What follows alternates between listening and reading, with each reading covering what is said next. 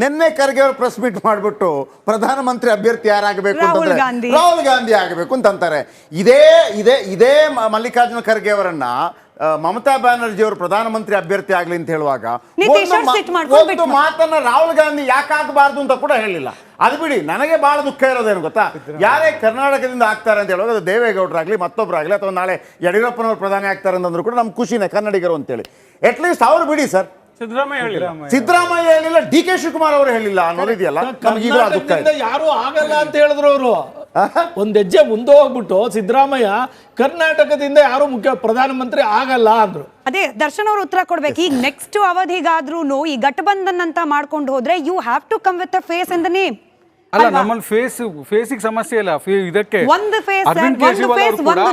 ಅರವಿಂದ್ ಕೇಜ್ರಿವಾಲ್ ಅವರು ಕೂಡ ಮಮತಾ ಬ್ಯಾನರ್ಜಿ ಮತ್ತು ಅರವಿಂದ್ ಕೇಜ್ರಿವಾಲ್ ಅದನ್ನ ಫಸ್ಟ್ ಪ್ರಸ್ತಾಪ ಮಾಡಿದ್ದೆ ಖರ್ಗೆ ಅವರು ಪ್ರಧಾನಮಂತ್ರಿ ಅಭ್ಯರ್ಥಿ ಆಗಲಿ ಅಂತ. ಅವರು ನಾನು ಕೂಡ ಅದನ್ನು ಪರ್ಸನಲಿ ಕೂಡ ಒಪ್ತೇನೆ. ಪಾರ್ಟಿಯ ಸ್ಟ್ಯಾಂಡ್ ಕೂಡ ಅದೇ ಆಗಿದೆ. ಖರ್ಗೆ ಅವರಿಗೆ ಎಲ್ಲ ರೀತಿಯ ಎಲಿಜಿಬಿಲಿಟಿ ಇದೆ, ದೀರ್ಘಕಾಲದ ಪೊಲಿಟಿಕಲ್ ಎಕ್ಸ್ಪೀರಿಯನ್ಸ್ ಇದೆ, ಮತ್ತು ಎಲ್ಲರನ್ನು ತೂಗಿಕೊಂಡು ಹೋಗುವಂಥ ಒಂದು ಇದಿದೆ. ಭಾಷೆಗಳ ವಿಚಾರದಲ್ಲಿ ಅವರಿಗೆ ಇದಿದೆ. ಅಲ್ಲ, ಆಗ್ಬೋದು, ಅವ್ರು ಆಗೋದಿಲ್ಲ ಅಂತ ಏನು ಹೇಳಿಲ್ಲಲ್ಲ ಖರ್ಗೆ ಅವರು. ನಾನು ಪ್ರಧಾನಿ ಆಗೋದಿಲ್ಲ ಅಂತ ಹೇಳಿಲ್ಲ ಅವರು. ಅವ್ರ ಆಯ್ಕೆಯನ್ನು ಹೇಳಿದ್ರು ಅಷ್ಟೇ. ಅವ್ರ ಆಯ್ಕೆ ರಾಹುಲ್ ಗಾಂಧಿ ಆಗ್ಬೋದು ಅವ್ರ ಆಯ್ಕೆಯನ್ನು ಹೇಳಿದ್ರು. ಅವ್ರ ಪರ್ಸನಲ್ ಒಪಿನಿಯನ್ ಅವ್ರು ಹೇಳಿದ್ದಾರೆ ಖರ್ಗೆ ಅವರು. ನಾವು ನಮ್ಮ ಪರ್ಸನಲ್ ಒಪಿನಿಯನ್ ಹೇಳಿದ್ದೀವಿ. ಅವ್ರು ಪ್ರಧಾನಿ ಯಾರಾಗಬೇಕು ಅಂತ ಒಂದು ಎಲೆಕ್ಷನ್ ಇದಕ್ಕೆ ರಿಸಲ್ಟ್ ಬಂದ ನಂತರ ಅದನ್ನು ಡಿಸೈಡ್ ಮಾಡ್ತೀವಿ. ಸಮೀವುಲ್ಲಾ ಸರ್, ಕೊನೆದ ಇಲ್ಲಿ ಇಷ್ಟೆಲ್ಲ ಆದ್ರೂ ಈಗಾಗಲೇ ಇಟ್ನಾಳ್ ಸರ್ ಹೇಳ್ದಂಗೆ 2014 ಇದು ಆರಂಭ ಆಗ್ಬೇಕಾಗಿತ್ತು, ಈ ಒಂದು ಆತ್ಮವಿಶ್ಲೇಷಣೆ ಆಗ್ಬೇಕಾಗಿತ್ತು ಯಾಕೆ ಹಿಂಗಾಯ್ತು ಅಂತ. ಇಷ್ಟು 3ನೇ ಅವಧಿವರೆಗೂ ಬಂದ್ರು ಇನ್ನೂ ಕೂಡ ಆ ನಾಯಕತ್ವದ ವಿಚಾರದಲ್ಲಿ ಎಲ್ರಿಗೂ ಗೊತ್ತು, ನಮ್ಗೆಲ್ರಿಗೂ ಗೊತ್ತು, ಇದು ಓಪನ್ ಸೀಕ್ರೆಟ್ ಏನಕ್ಕೆ ಹಿಂಗಾಗ್ತಾ ಇದೆ ಅಂತ. ಆ ಒಂದು ನಾಯಕತ್ವವನ್ನ ಬದಲಾವಣೆ ಮಾಡಿ ಇನ್ನೊಂದು ಸಮರ್ಥ ನಾಯಕತ್ವ ತಂದು ಒಂದು ನಡಿ ಈಗ ಶುರು ಮಾಡೋಣ. ಕೇಸರಿಯಿಂದ ಮನೋಲ್ಲಾಸ ಮನಸ್ಸು ಮತ್ತೇರಿ ಕುಣಿದಾಡಿದೆ ನೋಡು, ಮನಸ್ಸು ಮತ್ತೇರಿ ಕುಣಿದಾಡಿದೆ ನೋಡು. ಕ್ಷಣ ಕ್ಷಣವೂ ಆಚರಿಸಿ ಕೇಸರಿ ಹಬ್ಬ. ವಿಮಲ್ ಬಾಯಲ್ಲಿ ಹೇಳಿ ಕೇಸರಿ. ಸಮರ್ಥ ವಿರೋಧ ಪಕ್ಷ ಕಟ್ಟಕ್ ಆಗ್ಲಿಲ್ವಲ್ಲ, ಇದು ಎಂಥ ದುಸ್ಥಿತಿ ಇದು ಅಂತ. ಕಾಂಗ್ರೆಸ್ಸು ಅದನ್ನ ನಿರ್ದಿಷ್ಟವಾಗಿ ತೀರ್ಮಾನ ಮಾಡುವಂಥ ಕಾಲ ಬಹುಶಃ ಈ ಚುನಾವಣೆ ನಂತರ ಬರುತ್ತದು. ಯಾಕೆಂತಂದರೆ ಒಬ್ಬನೇ ನಾಯಕತ್ವದಲ್ಲಿ ಸತತವಾಗಿ ಚುನಾವಣೆಗಳನ್ನು ಎದುರಿಸಿದಂಥ ಸಂದರ್ಭದಲ್ಲಿ ವೈಫಲ್ಯವನ್ನು ಕಂಡ ರೀತಿಯನ್ನು ಕಂಡಾಗ ಯಾವುದೇ ಒಂದು ನ್ಯಾಷನಲ್ ಪೊಲಿಟಿಕಲ್ ಪಾರ್ಟಿಗೆ ಕುತ್ಕೊಂಡು ತಮ್ಮ ತಪ್ಪುಗಳು ಏನಾಗಿದೆ, ನಾಯಕತ್ವದ ವೈಫಲ್ಯಗಳೇನು, ಜನರ ತಿರಸ್ಕಾರ ಮಾಡೋದಕ್ಕೆ ಭಾರತ್ ಜೋಡೋ ಯಾತ್ರೆ ಆಯಿತು, ಇನ್ನೊಂದು ನ್ಯಾಯ ಯಾತ್ರೆ ಆಯಿತು. ಭಾರತ್ ಜೋಡೋ ಯಾತ್ರೆ ತಕ್ಕ ಮಟ್ಟಿಗೆ ಸಕ್ಸಸ್ ಆಯಿತು, ನ್ಯಾಯ ಯಾತ್ರೆ ತಕ್ಕ ಮಟ್ಟಿಗೆ ಅದು ಅಷ್ಟು ಮಟ್ಟಿಗೆ ಆಗಲಿಲ್ಲ.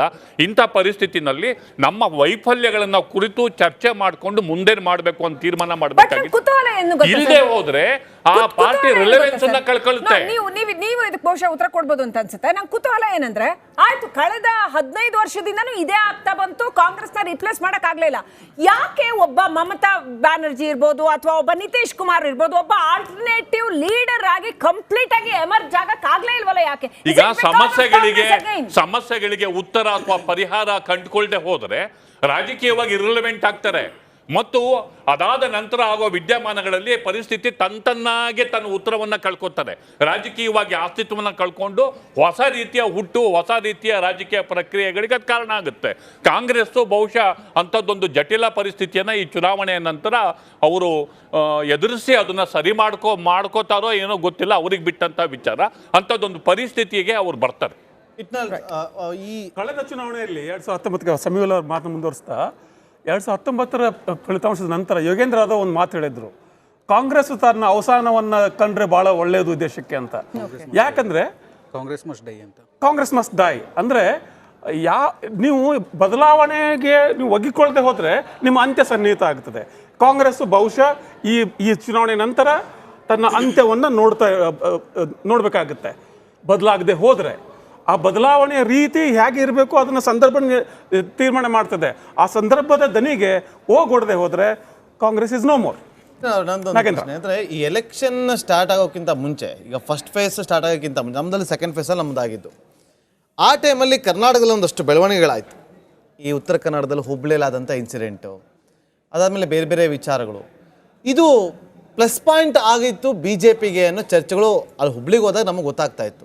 ಅಲ್ಲಿಯವರೆಗೂ ಇದ್ದಂಥ ಟ್ರೆಂಡ್ ಬೇರೆ, ಆ ಇನ್ಸಿಡೆಂಟ್ ಆದಮೇಲೆ ಆದಂಥ ಟ್ರೆಂಡೇ ಬೇರೆ, ಅದು ಕಲ್ಯಾಣ ಕರ್ನಾಟಕ ಭಾಗದಲ್ಲಿ ಅಂತೇಳಿ ಒಪ್ಕೊಳ್ತೀರಾ?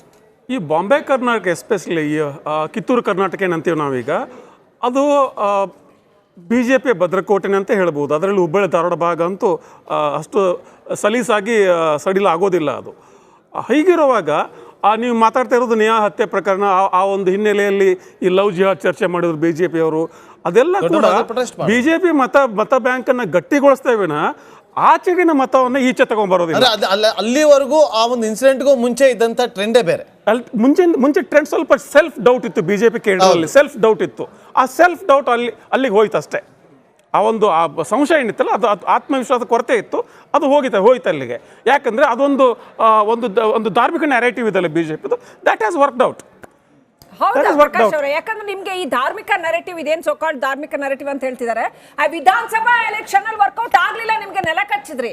ಈಗ ಅದು ವರ್ಕೌಟ್ ಆಗ್ತಿದ್ಯಾ ಇಲ್ವಾ? How do you look at it? ನಮಗೆ ಹುಬ್ಬಳ್ಳಿ ಧಾರವಾಡ ಸೀಟ್ ಆಗ್ಬೋದು, ಬೇರೆ ಬೆಳಗಾವಿ ಸೀಟ್ ಇರ್ಬೋದು, ನಾವು ಸೋಲ್ತೀವಿ ಅಂತ ನಮ್ಗೆ ಯಾವತ್ತೂ ಅನ್ಸೇ ಇಲ್ಲ. ಹಿಂದೇನೋ ಗೆದ್ದಿದ್ವಿ, ಈ ಸತ್ತನ್ನು ಗೆಲ್ತೀವಿ ಅನ್ನೋ ವಿಶ್ವಾಸ ಆಯಿತು. ಆ ನೇಹಾ ಪ್ರಕರಣ ಮತ್ತಷ್ಟು ನಮ್ಮ ಬೆಂಬಲವನ್ನು ಜಾಸ್ತಿ ಮಾಡಿರ್ಬೋದು. ಅದು ಧಾರ್ಮಿಕ ನೆಲೆಯ ಮೇಲೆಲ್ಲ, ಕಾನೂನು ಸುವ್ಯವಸ್ಥೆ ಹುಬ್ಬಳ್ಳಿ ಧಾರವಾಡಲ್ಲಿ ಪೂರ್ತಿ ಕುಸಿದೋಗಿದೆ ಅಂತ. ಯಾಕಂದರೆ ಅದಾದಮೇಲೆ ಅಂಜಲಿಯ ಹತ್ಯೆ ಆಯಿತು, ಮತ್ತೆ ಇದಕ್ಕೆ ಮುಂಚೆ ಒಂದು ಪೊಲೀಸ್ ಸ್ಟೇಷನ್ ಮೇಲೆ ದಾಳಿ ಆಗಿತ್ತು. ಇದೇ ರೀತಿ ಬೆಂಗಳೂರಲ್ಲಿ ಹೆಂಗಾಯ್ತೋ ಅಲ್ಲೂ ಹಂಗೆ ಹಳೆ ಹುಬ್ಬಳ್ಳಿಲಿ ಗಲಾಟೆಗಳು. ಈ ಎಲ್ಲ ಸಂಗತಿಗಳು ಅಲ್ಲಿರೋ ಜನರಿಗೆ ಆತಂಕ ಮೂಡಿಸಿದ ಆಶ್ಚರ್ಯ ಅಲ್ಲ. ಆದರೆ ಅನೇಕ ವಿರೋಧಾಭಾಸಗಳ ನಡುವೆ ಅನೇಕರು ನಮ್ಗೆ ಓಟ್ ಹಾಕೋದಿಲ್ಲ, ಯಾರು ಅಂತ ನಾನು ಹೇಳಕ್ಕೆ ಹೋಗಲ್ಲ. ಆದರೂ ಕೂಡ ಬಿ ಜೆ ಪಿ ಇವತ್ತು 360 ಗೆದ್ದಿದೆ ಅಂದರೆ ಅದು 450 ಗೆದ್ದಷ್ಟೇ ಅದು ನಂಬರ್ಗಳದು. 400 ಗೆದ್ದಿಲ್ಲ ಅನ್ನೋದು ವಿಚಾರ ಅಲ್ಲ. ಅದು ಇಲ್ಲಿ ಇನ್ನೊಂದು ಸಟ್ಲ್ ಕ್ವೆಶ್ಚನ್ ಇದೆ ನಿಮ್ಗೆ. ಹಾಗಾದ್ರೆ ಇದುವರೆಗೆ ನೀವು ಪಾಲಿಸಿಕೊಂಡು ಬಂದಂತ ಅದು ಹಿಂದುತ್ವದ ನರೇಟಿವ್ ಇರ್ಬೋದು, ಅಥವಾ ಇವ್ರು ಹೇಳ್ದಂಗೆ ಧಾರ್ಮಿಕತೆ ನರೇಟಿವ್, ನಾನು ಅದನ್ನ ಧಾರ್ಮಿಕ ಅಂತ ಹೇಳಕ್ ಬಯಸಲ್ಲ, ಆದ್ರೂ ಅವ್ರು ಹೇಳಿದ್ರು ಅದನ್ನ, ಈ ಹಿಂದುತ್ವದ ಅಥವಾ ಸೋಕಾಲ್ಡ್ ಧಾರ್ಮಿಕತೆಯ ಆ ನರೇಟಿವ್ ನ ಎಲ್ಲೊಂದ್ ಕಡೆ ಸಂಪೂರ್ಣ ಪಕ್ಕಕ್ಕಿಟ್ಟು ವಿಕಾಸ, ಮತ್ತೊಂದು ಅಭಿವೃದ್ಧಿ, ಈ ತರದಕ್ಕೆ ಕಂಪ್ಲೀಟ್ ಆಗಿ ಶಿಫ್ಟ್ ಆಫ್ಟರ್ ರಾಮ ಮಂದಿರ ನೀವು ಅದನ್ನ ಅಲ್ಲಿಗೆ ನಿಲ್ಲಿಸಿ ಮುಂದೆ ಒಂದು ಹೊಸ ಅಭಿವೃದ್ಧಿಯ ನರೇಟಿವ್ ಮುಖಾಂತರ ಮುಂದೆ ಹೋಗ್ತಾ ಇದ್ದೀರಾ. Do you agree? ಇಲ್ಲ, ರಾಮ ಮಂದಿರ ಏನು ಉದ್ಘಾಟನೆ ಆಯಿತು, ಪ್ರಾಣ ಪ್ರತಿಷ್ಠಾಪನೆ ಆಯಿತು, ನಿಮಗೆ ಆ ಕಡೆ ಉತ್ತರ ಭಾರತದಲ್ಲೆಲ್ಲ ಅದು it is A major factor. ನಾವು ಇಲ್ಲಿರೋರ್ಗೆ ಅದು ಗೊತ್ತಾಗಿಲ್ಲದೆ ಇರ್ಬೋದು. ಆದರೆ ನಮ್ಮದು ನರೇಟಿವ್, ನಾವು 10 ವರ್ಷ ಆಡಳಿತ ನಡೆಸಿ ಇಷ್ಟು 100 ಕೆಲಸ ಮಾಡಿದಾಗ ಅದನ್ನು ಹೇಳ್ಕೊಳ್ಳದೆ ಇದ್ದರೆ ಅದಕ್ಕಿಂತ ದೊಡ್ಡ ಅಪಚಾರ ಮತ್ತೊಂದಿರಲ್ಲ. ಅದು ಹೇಳಲೇಬೇಕು. ನರೇಂದ್ರ ಮೋದಿಯವರ ಒಂದು ಸ್ವಚ್ಛ ಆಡಳಿತ, ಅವರ ಒಂದು ವ್ಯಕ್ತಿತ್ವ, ಅವರ ಎದುರುಗಡೆ ನಿಲ್ಲುವಂಥ ಸಮಾನವಾದಂಥ ನಾಯಕತ್ವ ಇಲ್ಲದೆ ಇರುವಂಥದ್ದು ಇವೆಲ್ಲ ಕಾಂಟ್ರಿಬ್ಯೂಟ್ ಮಾಡುತ್ತೆ. ಇವತ್ತು ವಿರೋಧ ಪಕ್ಷದಲ್ಲಿ ಯಾರಿದ್ದಾರೆ? ಸಿದ್ದರಾಮಯ್ಯ ನರೇಂದ್ರ ಮೋದಿ ಅವರು ಸಮನಾಗಿ 2-3 ಸತಿ ಹೋಗಿ ವಿಫಲರಾಗಿದ್ದಾರೆ. ಮತ್ತೆ ಅದು ರಿಪೀಟ್ ಆಗ್ತಾ ಇದೆ ಅಷ್ಟೇ.